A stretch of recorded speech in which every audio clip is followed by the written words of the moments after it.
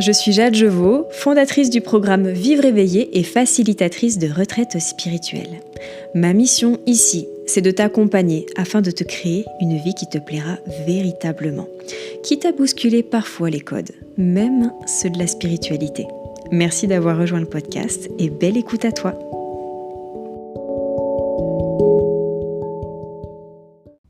Bonjour à tous, aujourd'hui j'ai une invitée un petit peu particulière puisqu'il s'agit de ma sœur, Ambre Quadio.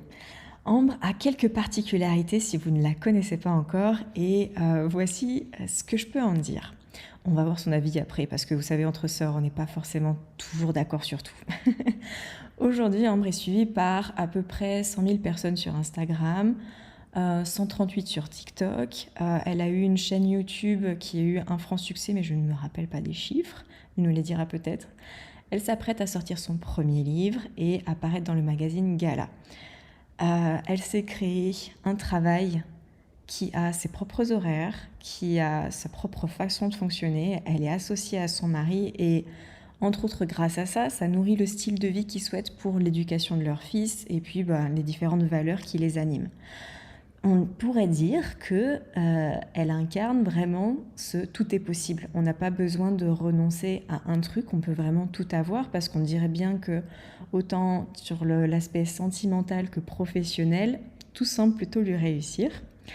Ambre, bonjour. Bonjour ma sœur. Est-ce que tu veux ajouter des choses à ma présentation avant que je te cuisine pour comprendre comment est-ce que tu en es arrivée là ? Tu me fais limite peur. Non, tu peux me cuisiner. En vrai, tu as très bien dit. Je crois que tu commences à bien me connaître à force. Très bien la présentation. Je te remercie. Je voudrais d'abord te demander, est-ce que ça a été un acte un peu volontaire, en tout cas conscient de ta part à un moment, de te dire je vais me construire cette vie-là, ou ça c'est un peu arrivé au fil de l'eau ? En fait, depuis petite, on a eu quand même un discours dans notre famille, du côté de notre chère mère, qu'il fallait être une femme indépendante. Elle disait, voilà, dans la vie, soyez au maximum indépendante. Donc, je suis partie avec cette valeur, déjà de base, dans la vie active, qui était très forte. Je voulais être indépendante. Alors, à la base, je voulais être journaliste, parce que moi, j'adore transmettre, j'adore apprendre des choses.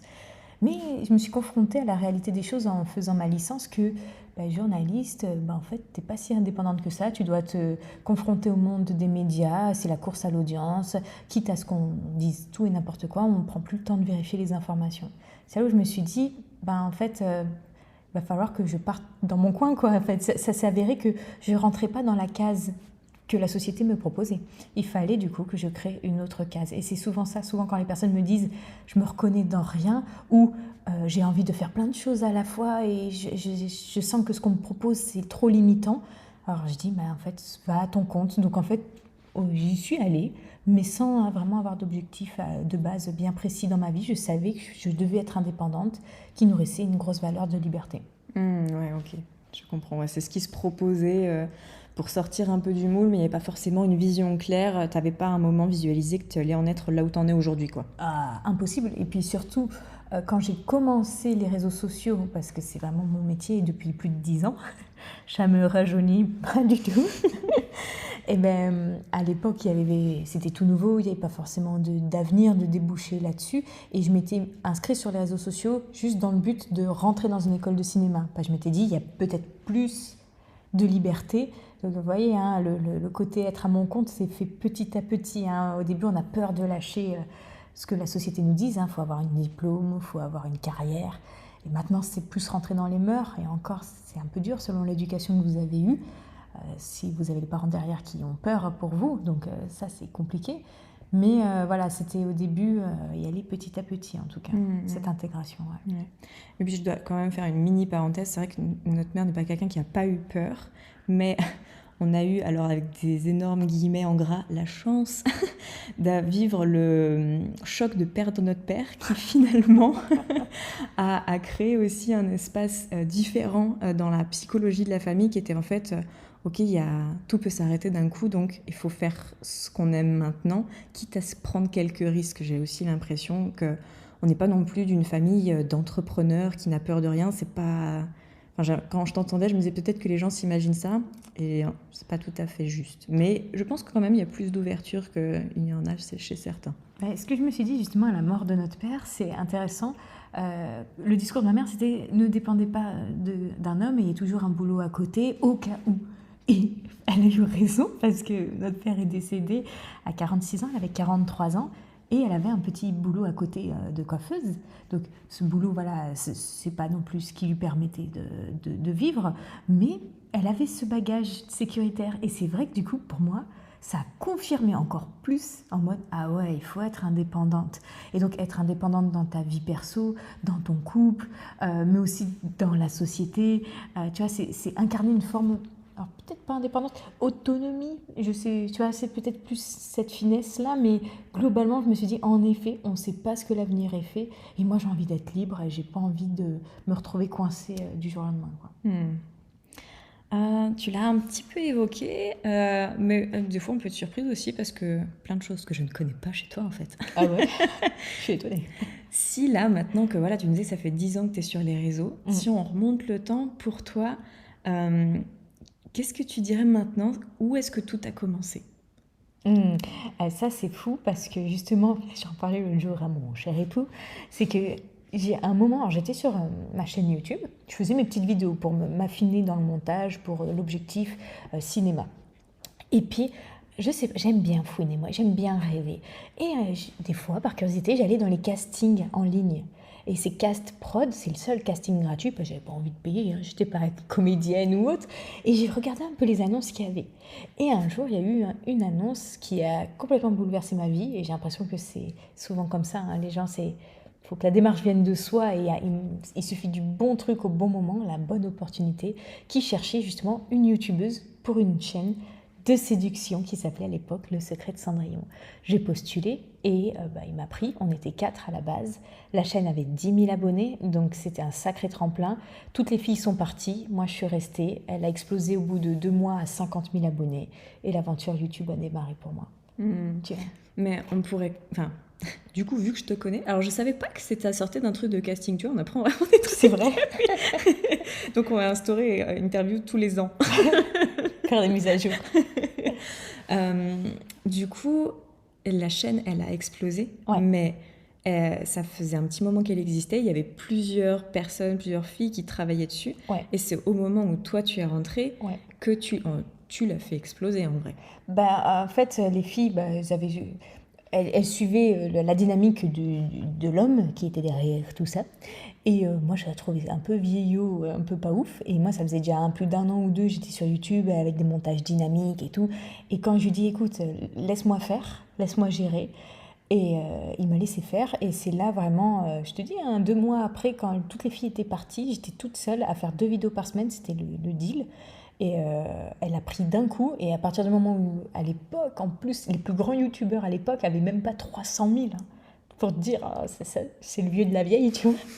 Et donc, c'est vrai que moi, quand il m'a laissé faire, ça a matché, quoi. Et une fois que ça a pris, c'était parti l'aventure, parce qu'après, c'est comme ça que je gagnais un peu mon argent. Je gagnais avec les revenus de YouTube. Et puis, j'ai abandonné l'idée de cinéma parce que ça m'allait bien, en fait, au final, les réseaux sociaux. Et finalement, j'ai jamais quitté ça. Alors que j'ai du mal, moi, à faire les choses jusqu'au bout, en général. Et pourtant, c'est vrai que je m'étonne des fois à me dire, les réseaux, c'est la seule chose. Tous les jours, je publie depuis 10 ans et j'ai jamais lâché. Oui, c'est dingue, je crois que tu n'as jamais fait en tout cas, grosse pause, quoi. Non, jamais. Au pire, la pause 1 ou 2 jours. J'ai jamais parce fait que de grosse pause. t'as accouché. Et encore même là, c'était Non, parce que relayé. le jour même, je tenais au courant. Oui, Je tenais au courant. Et donc oui, c'est pour les personnes qui... moi, c'est vrai que je rencontre beaucoup de gens aussi qui me disent j'ai plein d'idées, je veux faire plein de choses. Ouais. Et tu as un petit peu ce profil-là parce que tu as une licence médiévale, tu as fait Une licence médiévale. Bah, Mais non, j'ai fait Infocom. Non, mais l'histoire médiévale que tu as étudiée à Lyon. Ah oui, mais c'est un cursus dans Infocom. Ah ok, je savais pas que c'était de l'infocom. Je découvre beaucoup de choses. Une licence médiévale. J'étais dans une association médiévale après. Ok. En tout cas, tu touches à beaucoup de milieux différents. Ouais. Donc je te retrouve dans ce profil. Là où moi je suis très monotage jusqu'au boutiste, toi tu es beaucoup plus varié. Et finalement, je crois que quand il y a un truc qui s'ouvre, ça ne veut pas dire que les personnes ne peuvent pas aller jusqu'au bout, au contraire, quoi. De Mais fou. par contre, tu as su te renouveler parce que les choses ont beaucoup changé depuis Ambre qui fait exploser une chaîne de conseils pour adolescentes sur la séduction. De fou. Mais en fait, c'est quand tu travailles en ligne, je dis, hein, tous les 6 mois, il faut se remettre en question. Tu as 6 mois où ça va bien, 6 mois où c'est dur, où tu te dis, mais je vais lâcher, ça ne sert à rien. J'ai remarqué, hein, ces vagues, et tu es obligé de, comme on dit, faire de la veille, observer les changements pour te tenir à jour. Si tu lâches, tu te fais manger, en fait. Donc, il y a un travail derrière, voilà, d'observation, de toujours se rafraîchir, et puis aussi de se questionner, est-ce que ça me fait sens ou autre. Moi, en 10 ans, en effet, séduction ado. Après, ça a un peu dévié dans la sexualité, parce que j'avais fait le tour. Et là, c'est seulement là, depuis 2 ans, que je suis passée dans la spiritualité. Et tu as vraiment fait un gros tournant parce qu'il y a eu quand même beaucoup de succès sur YouTube lorsque tu parlais de sexualité, Ouais. qui pour le coup était vraiment plus, qui était moins attaché aux ados, qui était plus on va explorer tous les préjugés, tout ce qui peut se faire en vue d'une ouverture d'esprit, de casser les codes. Et des fois, tu allais vraiment sur des sujets Ouais, le qui titillaient. bandage, le truc à 3. Je sais qu'il y a eu du remous dans l'entourage familial lorsque tu faisais ça, et tu as quand même fait un virage en tête d'épingle. Qu'est-ce qui t'a permis de faire ça? C'était quoi ton état d'esprit en te disant, ok, je vais faire ce changement? Et bien, encore une fois, je trouve que c'est vraiment l'opportunité du moment. Alors, la sexualité, j'avais fait plus que le tour. Mon public était 90% masculin, où tous les jours, tu reçois des messages. Hey, salut, toi, vu que tu parles de sexualité, t'es open. C'était lourd. J'avais mon mari avec moi. Et du coup, un jour, je me suis dit, je vais y aller au culot. Alors, je parlais de cul. Hein. Et je me suis dit, j'ai envie de parler d'une vie antérieure, de ma vie antérieure, de l'investigation que j'en ai fait. Je l'ai partagée, la vidéo a duré plus de 30 minutes, une longue vidéo où j'explique tout, mais qui n'avait rien à voir avec ce que je disais. Hein. C'était une IGTV sur Insta, et les IGTV ne marchent pas trop hein, à l'époque là-dessus, et j'ai fait plus de 300 000 vues, alors que ma page avait même pas 10 000 abonnés. Et là, en fait, je me suis attirée à un gros public, je pense, allez, 5 000, 10 000 vues, 10 000 abonnés d'un coup, centré sur la spiritualité, et je me suis dit, là, il faut que j'y aille. Mais c'est parce que j'ai osé, et surtout qu'en fait, ça me faisait plus sens. Tu vois, quand ça commence à te dégoûter, que tu as plus envie d'y aller, tu traînes des pieds, faut te réorienter. Faut surtout pas rester parce que ça se sent en fait. Donc ça t'apportera rien, quoi. Mais tu as quand même, t'as à la fois cette valeur d'indépendance et de liberté, mais tu as une espèce quand même, je trouve, d'écoute de ce qui est juste ou pas pour toi, qui est plus prononcée que certains pourraient rester des dizaines d'années tête baissée dans un truc qui leur correspond pas parce que c'est le truc qui ramène les revenus, qui t'a fait connaître. Et je me rappelle que ça s'est quand même pas fait du jour au lendemain. Il y a eu une réflexion en amont sur ok, comment je fais ce switch là. Mais il y a quand même, j'ai l'impression, cette écoute intérieure qui fait que non, là je me tâte, mais on va pas se tâter non plus trop longtemps, quoi. Je me suis quand même tâtée 2 ans, hein, 2 ans Ah ouais. où j'en avais marre. Hein. J'ai un peu duré, en effet. Je me suis dit, oh, j'aurais dû franchir, mais je pense que toutes les choses arrivent au bon moment. Ouais, t'as saisi la vague quand ça se présentait, quoi. Ouais, et je pense qu'en effet, j'aurais fait plus tôt, ça aurait peut-être pas autant marché. Puis, vraiment, après, je me lâche la grappe là-dessus. Je me dis, bon, c'est pas grave, il me fallait ça, quoi. Est-ce que tu as une espèce de phrase ou un état d'esprit qui te drive par rapport à ça? Parce que je vois qu'il y a une espèce d'écoute des envies, écoute à la fois aussi un peu de ce que l'extérieur vient te proposer ou pas, parce que tu attends, telle une surfeuse pour surfer la vague. C'est quoi ton état d'esprit? Est-ce que tu arrives à l'identifier aussi? Je sais pas, c'est peut-être quelque chose de tellement naturel pour toi. Je sais pas trop. C'est rigolo parce que dans la famille, depuis que je suis petite, vous me dites tout le temps que j'ai de la chance dans ce qui m'arrive. Et en fait, je sais pas. En fait, c'est que moi, je pense que j'ai un côté enfant très développé et que dans la vie, moi, j'ai envie de faire des choses qui me font plaisir. Et dès qu'il y a le je dois, il faut, ça me motive pas. Et donc, en fait, j'ai besoin d'être dans le plaisir, d'en faire les choses. C'est comme manger du gâteau au chocolat, tu vois, faut que ça me fasse kiffer. Et si ça me fait pas kiffer, t'es sûr que je serais pas productive, que je serais vraiment pourrie. Et donc, c'est ça qui me drive. Et le truc, c'est que je suis convaincue que quand tu fais quelque chose qui te fait kiffer, qui te fait plaisir, c'est que tu es aligné.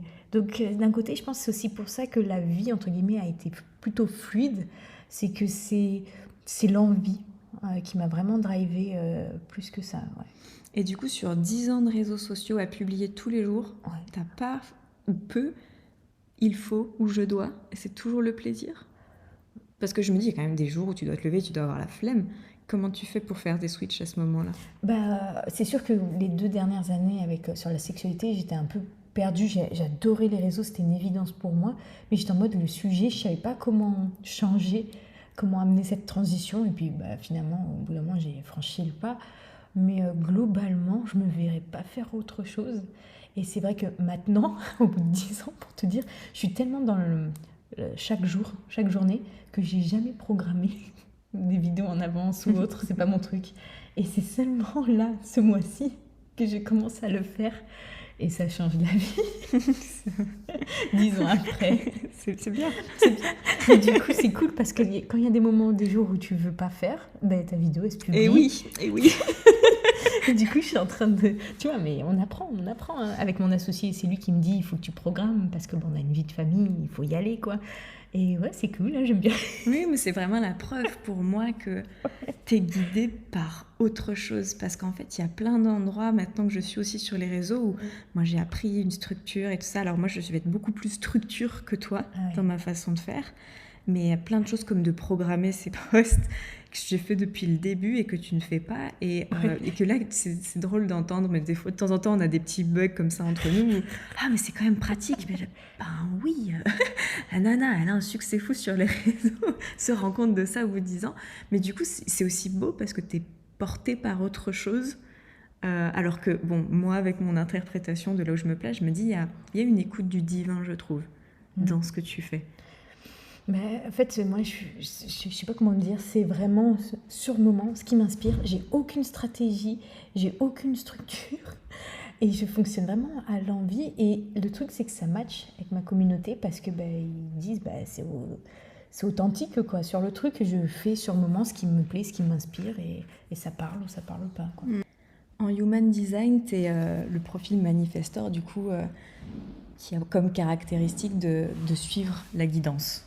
Qui ne peut et qui ne veut pas se mettre en action contre sa propre volonté, qui va des fois ne pas être en action parce qu'il attend un peu la guidance, l'information qui vient de quelque chose de plus grand. Et quand je t'écoute, moi je trouve qu'il y a vachement de ça, c'est que pas forcément, il y a des codes de base sur lesquels tu n'es pas informé sur ton métier depuis 10 ans, parce que pour moi tu carbures à autre chose. Est-ce que ça te parle? Alors, il y a un côté... Alors, par contre, je suis toujours en action. Hein, j'ai du mal à ne pas être en action. Mais par contre, ça, c'est un truc qui est certain, c'est que, je sais pas comment dire, c'est vraiment, moi je dis l'intuition, mais tu peux dire divin. Ou des fois, je sais, tu sais, c'est dans tes tripes où tu sais que c'est ça. Je sais que je suis sur la bonne voie, mais je ne sais pas ce qui m'attend. Et je fais confiance. Et par exemple, quand on habitait là dans le sud, j'étais avec notre mère. Et à un moment, je lui ai dit, écoute, je sais, je sens que je dois monter à Lyon. Et je vais rencontrer l'homme de ma vie. Et je partirai de Lyon quand je l'aurai trouvé. Je suis arrivée 2 mois après, rencontrer Guillaume. Et quand on est parti, Guillaume à Lyon, je lui ai dit, je te le dis maintenant, mais je sens l'élan, ça va tout exploser. Et niveau pro. Et à la base, à l'époque, on ne travaillait pas encore ensemble. Et je lui ai dit, on va aussi créer notre famille. Et quand on aura ça, on partira des Landes. Et là, c'est ce qui est en train d'arriver. Mais je le sens, mais aussi, on fait en sorte que ça arrive aussi. Oui, c'est ce que j'aime bien dans ton parcours, c'est que oui, je fais avec mon plaisir, mais en fait, je fais chaque jour. Donc, parce qu'il y a des personnes qui, au bout de 6 mois sur les réseaux, abandonnent et se disent c'était pas pour moi ou ça n'a pas assez marché. Tu as quand même un labeur de chaque jour. Donc, il n'y a pas qu'une question d'écouter son intuition et d'énergétique. Tu as un bon équilibre, je trouve, entre le passage à l'action et d'écouter ta guidance. Tu es bien équilibré. Et là, vraiment, ce qui m'a... Avant, j'étais gros syndrome aussi d'imposteur. Il y avait beaucoup de choses dans le pro que je n'osais pas. Le côté plus pro, le côté plus finance, par exemple, tout ça. Et là, le fait depuis 1 an ou 2, quand je suis vraiment associée avec mon mari qui est, lui, commercial, ça m'a amené un équilibre de folle Dieu. Parce que lui, il est beaucoup plus terre à terre. Moi, je suis beaucoup plus dans l'envie sur le moment. Et donc, il est en train de me recadrer, me structurer. Et vraiment, là, il est en train de me structurer à fond. Et c'est ce qui me manquait. Et là, c'est jackpot. Parce que c'est ce qui me manquait, quoi, vraiment là-dessus. Justement, c'était une de mes dernières questions, c'était comment vous en êtes arrivé? Parce que c'est quand même un défi de travailler avec son mari, avec une entreprise que tu as construite toi toute seule, même si je sais pas si au début tu te l'es vraiment représentée comme entreprise. Ouais, non, pas trop. Je trouve que c'est lui qui a finalement apporté un peu plus cette notion. Il y a presque, tu fais toujours la même chose, mais là, tu as compris qu'il y a dans une entreprise.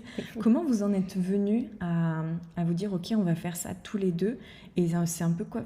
Quelle est votre façon de procéder pour que ça se passe bien? Parce que moi, dans mon idée, je crois ne pas être la seule, ça peut quand même être un sacré bordel. Même, en fait, à la base, quand on s'est rencontrés, moi j'ai dit bah ouais, je suis auto-entrepreneur. Et lui, ça lui plaisait de fou d'être aussi à son compte, d'avoir son entreprise. Mais il voulait pas encore lâcher trop le CDI, tu vois. Mais finalement, le CDI, ça s'est pas fait. Et c'est ça, en fait, à chaque fois, on voulait pas forcément travailler ensemble. Il voulait créer son propre truc avec un pote, puis il y a eu le confinement, ça s'est pas fait. Puis après, il voulait aller dans son coin, puis ça s'est pas fait. Et à chaque fois, quand on s'éloignait, ça se faisait pas. Et donc, entre guillemets, c'est incroyable. C'est le destin qui nous a forcés à nous dire qu'à un moment, on était dans la voiture, on revenait de la plage et on parlait de Chloé Bloom, tu vois, une autre influenceuse. Et on s'est dit, ouais, elle travaille en main dans la main avec son compagnon. Et d'un coup, il y a eu un flash, on s'est regardé, on s'est dit, mais on est con, tu veux travailler avec quelqu'un d'autre, mais si on travaillerait ensemble, on veut voyager ensemble, on veut se déplacer ensemble, si on a tous les deux différentes entreprises, ça ne matcherait pas. Et ça a été vraiment le déclic, alors qu'on avait mis des mois et des mois à chercher chacun à faire sa propre structure. Et après, on s'est dit, ben non, il faut qu'on aille ensemble. Et là, après, c'était le fait qu'on soit ensemble. Au début, Guillaume voulait être en arrière-fond et que ça soit moi qui soit devant. Et on a vu que ça ne matchait pas avec nos différents caractères. Moi, j'aime pas quand il y a le il faut, je dois. Et quand tu es devant, c'est beaucoup de il faut, je dois. Et donc là, on a compris enfin depuis 3 mois qu'il fallait être côte à côte et en mode ok, t'as pas de il faut, je dois. Toi, tu fais vraiment quand tu as envie. Et moi, derrière, ce qui me drive, parce que c'est plus terre à terre, c'est il faut, je dois. Et donc, je suis plus derrière. Et moi, c'est ce qui me fait kiffer. Ce qui me disait, moi, c'est vraiment être derrière en backstage. Mais on est côte à côte. Et là, ça a respecté nos deux envies, parce qu'au début, c'était pas ça, et là, ça devenait toxique. Et il fallait vraiment respecter la dynamique de chacun. Et je crois que c'est le plus précieux si tu veux travailler en couple, tout en ayant à côté, on a les mêmes projets, les mêmes envies. Ce qui nous anime, c'est la liberté. Moi, ce qui m'anime, la liberté, parce que derrière, il y a une valeur d'indépendance. Lui, c'est la liberté parce qu'il y a une valeur de sécurité. Il dit, en étant libre, je peux me mettre en sécurité par moi-même. Mais du coup, ça match, les deux matchent, les caractères sont différents, mais on respecte énormément la dynamique, le rythme de chacun. Et là, ça va nickel, quoi. Oui, quand on vous voit bosser tous les deux, c'est assez impressionnant. Vous êtes hyper harmonieux. Je vous trouve hyper ajustés dans ce que vous communiquez l'un et l'autre. Je pense aussi que vous vous connaissez très bien. Ouais. Mais au lieu, comme certains couples, de vous lancer des pics parce que vous vous connaissez par cœur, c'est plutôt, justement, là, je fais tampon parce que je sais que c'est délicat.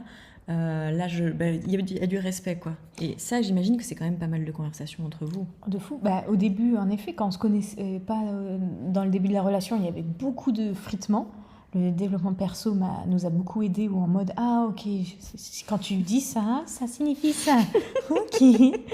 Donc au début, juste dans le perso, dans la vie, on a essayé de se comprendre en mode ok, on n'a pas les mêmes fonctionnements. Et après, ça nous a aidé dans le pro. Hein. Si on se connaissait pas dans le perso, on n'aurait jamais pu être harmonieux dans le pro, c'est une évidence. Et là, dans le pro, même là, on a mis 1 an et demi à avoir des réajustements. Hein. Ça a été compliqué, ça a été long. Et là, vraiment, je trouve que c'est bon. C'est lancé et on sait exactement où on veut aller et comment fonctionne l'autre. Mais ça a mis du temps. Hein. Ça a mis du temps. En tout cas, bravo, je trouve que vous y arrivez super bien. Une vision pour la suite, où tu continues à suivre au jour le jour les envies? Là, nous, on se fait toujours un peu Alors, il y en a qui disent tableau de vision. Pour moi, c'est calendrier des rêves, je l'appelle comme ça. Et on se fait ça tout le temps, limite. On réajuste, alors, au moins 1 fois par an, si possible tous les 6 mois. Et là, même quand on va quelque part, on met sur plan nos trucs, nos projets. Et on y va, on trace. Donc, ouais, on sait exactement de quoi est fait. Là, 2025, tout est bouclé, le programme. On sait exactement où on veut aller. Il n'y a plus qu'à marcher dedans. Il n'y a plus qu'à... Et c'est ouf parce que tous les projets, ce sont des projets de cœur qui, moi, me font kiffer, qui font vibrer, lui qui le font kiffer. Et on est en mode, c'est bon, on sait où on va. Donc, tout est carré, tout est clair. Moi, ça me va parce qu'il y a du cœur. Et lui, ça lui va parce qu'il y a des structures. Donc, c'est parfait. Canon. Un dernier conseil peut-être pour les personnes qui vont écouter cet épisode et puis qui aspirent aussi à trouver à la fois cet épanouissement dans leur travail et cet épanouissement également, je dirais, en amour. Alors, sachant que je ne lui ai absolument pas parlé des questions avant, qu'est-ce qui te vient à chaud là comme ça? Sors-nous une jolie phrase philosophique, hein, applique-toi. Alors, moi, c'est vrai que je suis pas très structure, donc ça peut perturber pour ceux qui sont pas comme ça, comme profil. Et moi, c'est vraiment, faut fonctionner avec l'envie. S'il y a plus d'envie, c'est que vous êtes plus aligné ou vous suradaptez un besoin, il y a un blocage, il y a quelque chose qui vous va pas. Donc, il faut toujours que ça vous fasse envie. Et si dans le métier, par exemple, que vous faites, ça vous fait envie, mais il y a des choses à côté, déléguez. Déléguez. Soyez dans votre talent à vous, si possible, c'est vraiment ça. Et dans le couple, après, ça c'est plus propre à chacun. Si vous voulez travailler ensemble ou pas ensemble, en fait, ça va être vos valeurs qui vont déterminer. Mais moi, j'ai l'impression quand même que les couples qui sont sains, c'est que vous partagez quand même des valeurs similaires, quoi. Sinon, ça va être compliqué par la suite. Mais quand tu dis suivre les envies, alors je suis complètement d'accord et j'ai les mêmes valeurs que toi, mais de ce que j'observe en moi et avec les personnes que j'accompagne, c'est que ça demande aussi beaucoup de courage. Et quand on parle, pourtant on dirait que c'est facile. En fait, c'est rigolo parce que avec mon mari, lui, il est en mode, moi je sais ce que je veux, je vais là où je veux, parce que je sais ce que je veux. Moi, je suis en mode, je sais ce que je veux pas, et ce que je veux pas est tellement fort. Je veux pas être en CDI, je veux pas être enfermée, je veux pas faire un emploi. Et c'est tellement fort ce que je veux pas, que en fait, le courage, c'est pas l'absence de peur, hein, c'est surmonter ces peurs. Donc j'ai peur, mais je veux tellement pas ça que je suis obligée d'avancer. Et donc, au final, ça va bien. Mais ça dépend ce qui te drive. Moi, c'est ce que je veux pas qui me drive, tu vois. Oui, c'est comme je te percevais, en fait. Je veux ça, je vais par là, je sens ça, je vais par là. Mais en fait, si je le fais pas, c'est une espèce d'asphyxie, quoi. Ah ouais, c'est impossible. Pour moi, dans ma vie, c'est impossible. Tu vois, Ça n'existe pas. Il n'y a pas de plan B. C'est pas possible dans mon cœur, tu vois. Donc, c'est juste ça. C'est en mode, qu'est-ce que tu veux pas, que tu rejettes par-dessus tout. Et fonce, quoi. Merci beaucoup. De rien. Avec plaisir, j'espère que ça pourra aider. J'espère que cette interview t'a plu autant qu'à moi de la mener. J'en retiens qu'il y a besoin d'un juste équilibre entre l'écoute de son cœur et de son intuition, mais aussi d'un passage à l'action, de régularité et d'un brin de stratégie afin d'atteindre vraiment un niveau de réussite qui permet une réussite globale sans forcément sacrifier un des aspects de notre vie. Si tu veux retrouver Ambre, ça peut se faire sur Instagram comme sur TikTok en tapant Ambre Quadio. Et je te dis à bientôt dans un prochain épisode.